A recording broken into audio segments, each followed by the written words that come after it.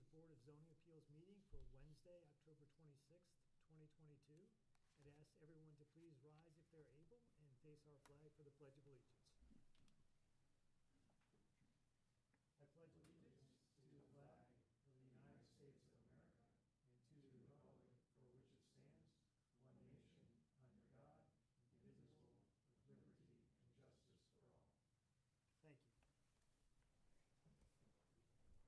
Secretary, would you call the roll, please? Yes. Mr. Ferrucci. Here. Mr. Grinsley. Here. Mr. Sylvie. Here. Mr. Stevenson. Here. Mr. Lanick. Here. We have a quorum to conduct business this evening.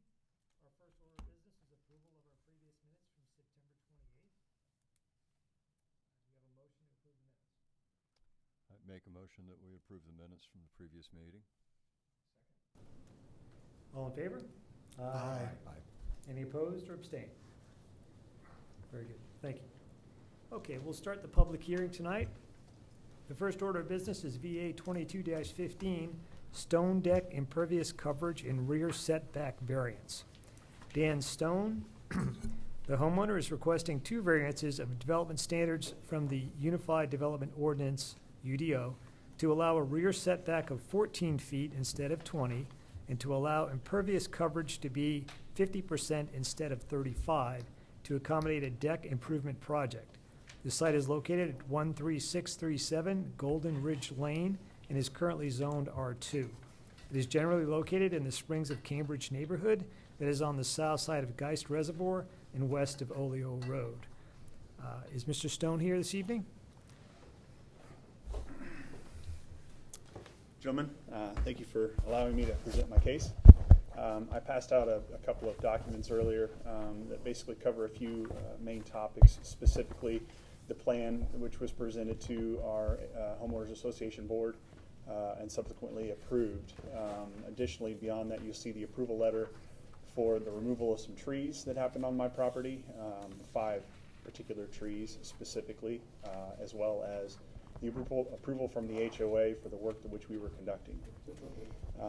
I know that there was a couple of public comment letters that I'd like to address, but I'd like to first state specifically the essence of the project from my perspective as the homeowner in which I was conducting it. I'm actually a general contractor here in the greater Indianapolis area, second generation home builder. My father was a home builder. I've converted over to doing more commercial construction. I try to stay away from residential, but I still enjoy doing work around my own home, maintenance and upkeep. So every once in a while I still put a tool belt on. This project specifically was one that I took on my own. Couple of reasons in backing up. Obviously, we're standing in front of you today as a result of the requirement for a permit, which was not necessarily something that I was in full of understanding of requiring. Reason being, the midpoint of the deck and the extension of the deck was at 22 inches in elevation. We did have extents to the left and right of the center point that did exceed the 30-inch mark, which upon review from one of your plan reviewers coming out did notify that we did need to go ahead and pull a permit. That is what triggered the necessity for the ordinance, the variance that we're requesting as well. R2 being the 35% threshold. Upon a lot of investigation into this whole ordeal, realizing that before I did the 10-foot extension of my deck, we were already at a 43% threshold. The older subdivision, Cambridge, a lot of the homes are in excess of the 35% threshold, which I think you're all fairly familiar with. So as a result, we were already in non-conformance within the standard. So that's what's presented us into the need for variance. From my perspective, again, the majority of the project which I was taking on was a maintenance project. We moved into our home in September of last year, so we had very little time to enjoy our pool deck and pool itself. The pool deck was a first-generation Trex product or composite material, which was deteriorating. It was getting very soft. We have 4 children. A couple of the boards had broken just in the short duration of us being able to use the pool. So the springtime came around. I knew this was going to be my first project for the home, was effectively repairing the deck. Additionally, the 5 trees in question were an overgrown nuisance to the pool itself. They were old river birch trees, which if you guys are familiar with, they're a softwood. They grow fairly quickly, but they shed branches and leaves all year long. So brought out an arborist, asked for their advice as far as trimming back the trees. He notified me that the trees were in such ill shape that trimming back was not going to be a sufficient solution. There were 2 other trees that were subject as well, a small maple tree and then a pine tree. Those trees were underneath the canopy of the birch trees and also in poor form as a result of trying to grow around to find sunlight. As a result, the conclusion was made to remove all 5 trees and go back with the landscaping plan as you see. We removed 5 trees. We replaced with 28 trees and shrubs of various varieties. 5 of the main trees are our green giant arborvitae that we planted at 13 foot tall to begin with, so we paid a little extra money to acquire larger trees. And we've, at this point, already extended and completed a majority of the project up into the point of still being able to acquire inspections as needed from your team. As you can see, this is a picture of the deck from my 2nd story balcony looking down. So we've gone back with composite material, composite hand railing, some cable railing. We've replaced some of the vegetation, some of the, again, some of the trees and shrubs. Speaking to the public comments that were released or sent along to you folks, another issue that we've come to hear about is the drainage swale that's behind the home. We had our contractor install 7-foot wide berth of riprap and landscape fabric across the entire duration of our property. And in fact, our neighbor to the west was happy and excited to the point that he, in fact, commissioned the same team to continue that up into the concrete culvert, which is in his backyard, so that it's nice and consistent and continuous. Previous to that, there was no upkeep to the swale. It was weeds, it was sticks, it was any kind of debris that would flush out from the storm drain and the deluge of rain. So we're here today asking for the variance, which we feel is not setting a precedent. As you see on the last page, I did a little research, realized that you have approved 8 such variances already this year in our neighborhood for Cambridge. The largest of which I believe is a 53% non-permeable surface area. Additionally, on that form, you'll see adjacent neighbors to my property, which include their setbacks and their permeable surface areas. The most recent of which was completed in 2019. No variance was required at that time. Their setback is less than 7 feet from the property line, and their permeable surface area is 53% of their lot. So just again want to point out that we are not asking for anything that's excessive. We feel like the project we're completing is beautifying our home, our adjacent properties. It's a good environmental resource because we are taking care of stormwater, and we've gone back with plenty of vegetation that's going to be beautiful in years to come. Thank you, Mr. Stone. Thank you. This time I'd ask the staff to present.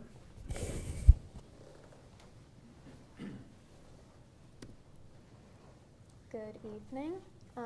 My name is Sydney Granlin. I'll be giving the staff presentation.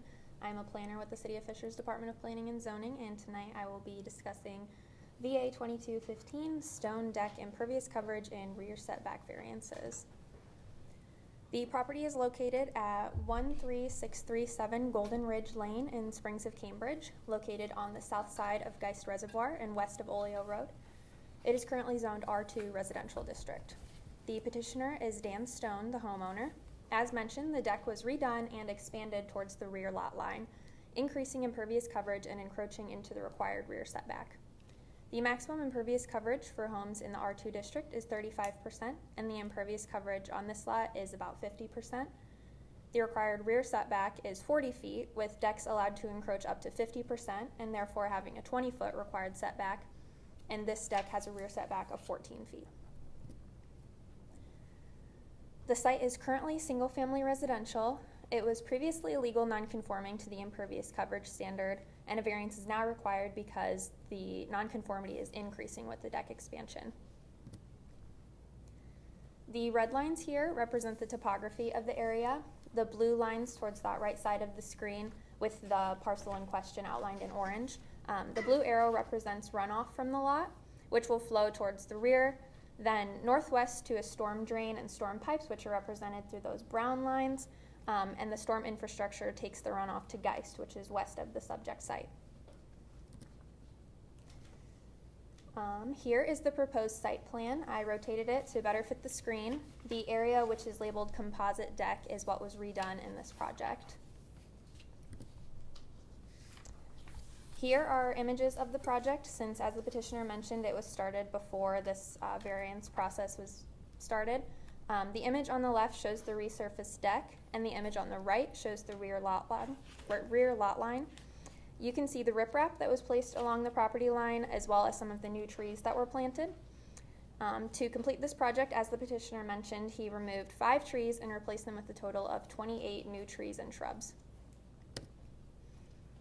2 public comments have been submitted regarding this project. The comments in their entirety are included with the staff report, but I'll go over a brief summary of them. These comments express concern regarding the removal of trees associated with the project, the lack of approval from the city before starting the project, the decreased rear setback creating privacy concerns and being a potential problem due to ongoing property line disputes, the filling of the drainage swale with riprap, and the increase in runoff from the excess impervious coverage.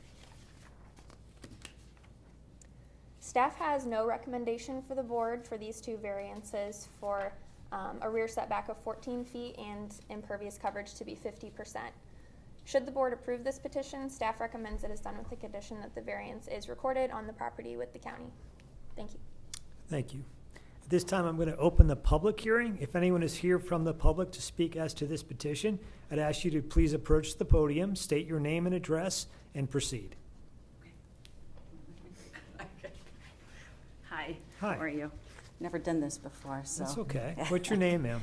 Mary Townsend. And where do you live? I live at 10263 Springstone, so I am the yard that backs up to Mr. Stone's yard. So your backyard abuts Mr. Stone's backyard? That's correct. Okay, That's go ahead, right. ma'am. And I've lived there, going on 9 years, okay?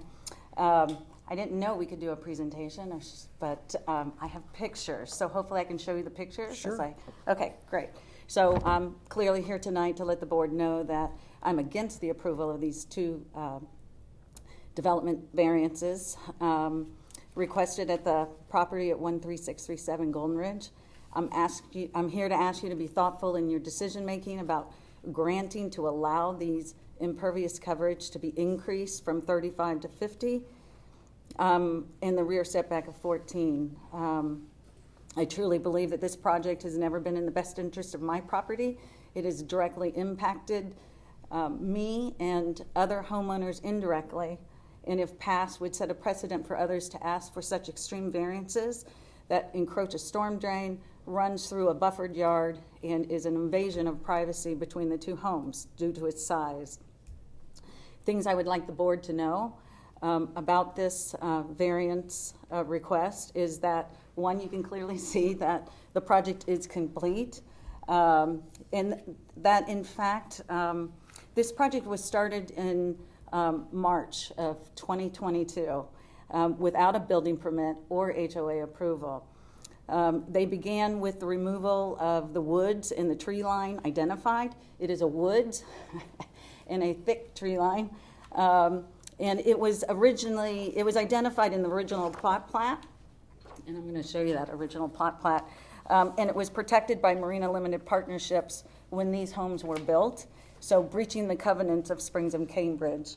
I don't need to tell you that trees around the reservoir are needed for absorption of the water and to prevent flooding.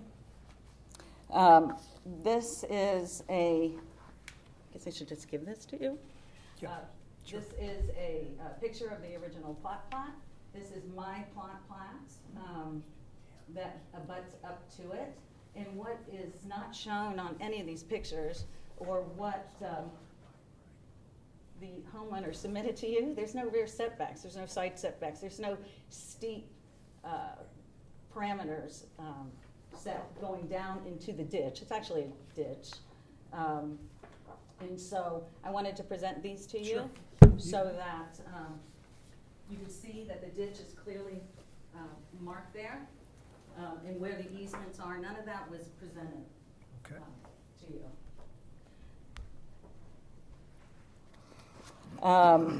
So the trees were taken out. Just a side note, since Dan brought it up, This has, there was an HOA hearing.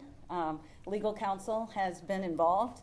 And it is stated, so if he has something different, that would be great. My legal counsel would love to know that. But at the time, HOA said no, there was never a request for trees to be removed, woods to be removed, and such. So that was interesting to hear. Let's see, so we took those out in March, on March 4th to be exact. Deck construction began June 7th. Footers were laid June 15th. Rafters of the deck installed by June 9th. The floor was in by August 9th. And now it's completed prior to a variance request. The building permit was granted only in July. And that was after the City of Fishers development standards, the breach was discovered. An investigator from the city came out. We talked about his plot plan. The increase in lot impervious coverage to 50 when the zoning order is 35, in my opinion, is egregious to lots that are adjacent to one another. We referenced others that if you approved, you can see when you approve those that 90% of those are for pools and they're on the reservoir itself, so you're asking for that to go out into the reservoir, not into someone's backyard. While his variance request is for 3.2.3 of the ordinance, there is an ordinance 6.2.2A that I'd like the board to look at that states that a parcel less than 1 acre of land, the patio, any other newly constructed accessory structures cannot exceed 1,000 square feet maximum floor area for all accessory structures combined. That applies to our R2 zoning. Using the dimensions that he submitted. Now this is what he submitted to the homeowners, what he submitted to you is different. This is the one I believe he used for you. So, and what it doesn't show is the already existing coverage over here with the outdoor kitchen, the 2 bars. Over here is his pool. This highlights for you where the former deck was, the retention wall, his pool equipment, and how he's extended out almost 22 feet. This he identified as a property line. That's a fence. We are in the process of getting surveys done so we can get exact locations. As you all know, fences are not necessarily property lines. Mm-hmm. And then this is actually the storm drain over there, and it's really more, it was really more of a ditch versus a storm drain, and it did have vegetation and such in it. So, and I will show you those pictures in a minute. This is his plot plan, if you like, of when he purchased the house. It doesn't show the ditch either. I'm not quite sure why, but it does show the other. I'm sorry, can I step in here? There is a time limit on public comment, so okay. I think we're over that, but we don't have the timer going. It's typically 2 minutes. Well, I didn't know that. Nobody told me that. Can I keep going? Well, 2 minutes is just a little bit. Yeah, ma'am, if you've got other points you'd like to make, yes. Why don't you wrap up now? Yes. I think there's so another. I'd like you to look at that. I'd like you to look at ordinance 6.2.c, that you cannot encroach into any easement or required buffered area.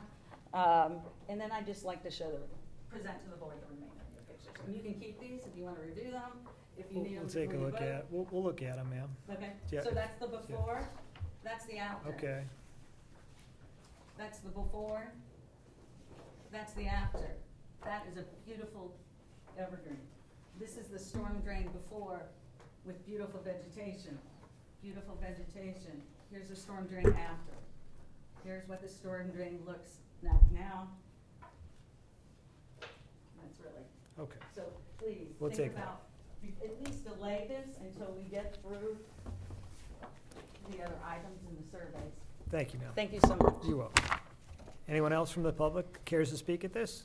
Mine Yes. will be short, and I don't have anything planned, but What's your name, ma'am? Kim Gray, and I live in the neighborhood on the other end in Cambridge. What's your address? 13004 Shoreline Boulevard, Okay. Fishers. And anything new to add to what Ms. Townsend had to say?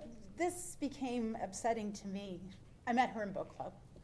My neighbors have all, if they built a playset, a fence, we got a survey brought over and I signed it. I never turned anything down because it was always approved by the HOA. This I don't understand, how you can just build something and then ask for permission later.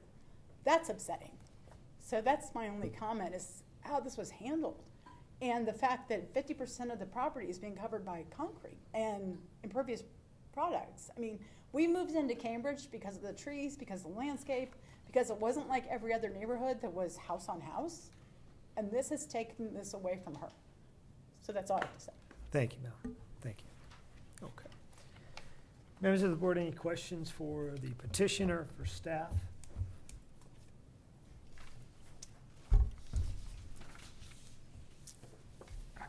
I have a question.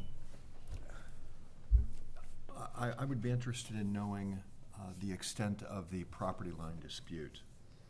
What is the, are we talking? Yeah, Mr. Stone, Yes. come back up, Yeah. sir. So I'm just now coming to be aware of the property line dispute. There is no dispute from my perspective. She is correct. There is a aluminum fence at the back of her property line. My expectation is that probably sits 1 foot off of the actual property line. Before I went back and put the riprap in, we did find our property pins. So I was well aware of the work I was doing. To be clear, the side of her fence, the 1 foot offset, if you will, or backset, was never maintained. My group would go down and mow that swale. Again, it becomes a maintenance item. So the riprap is a solution for said maintenance item. It was done properly. It was done with landscape fabric. So to answer your question, sir, I wasn't aware of a property line dispute. I'm happy to see those pins be staked and flagged, and then my information will be confirmed. Thank you.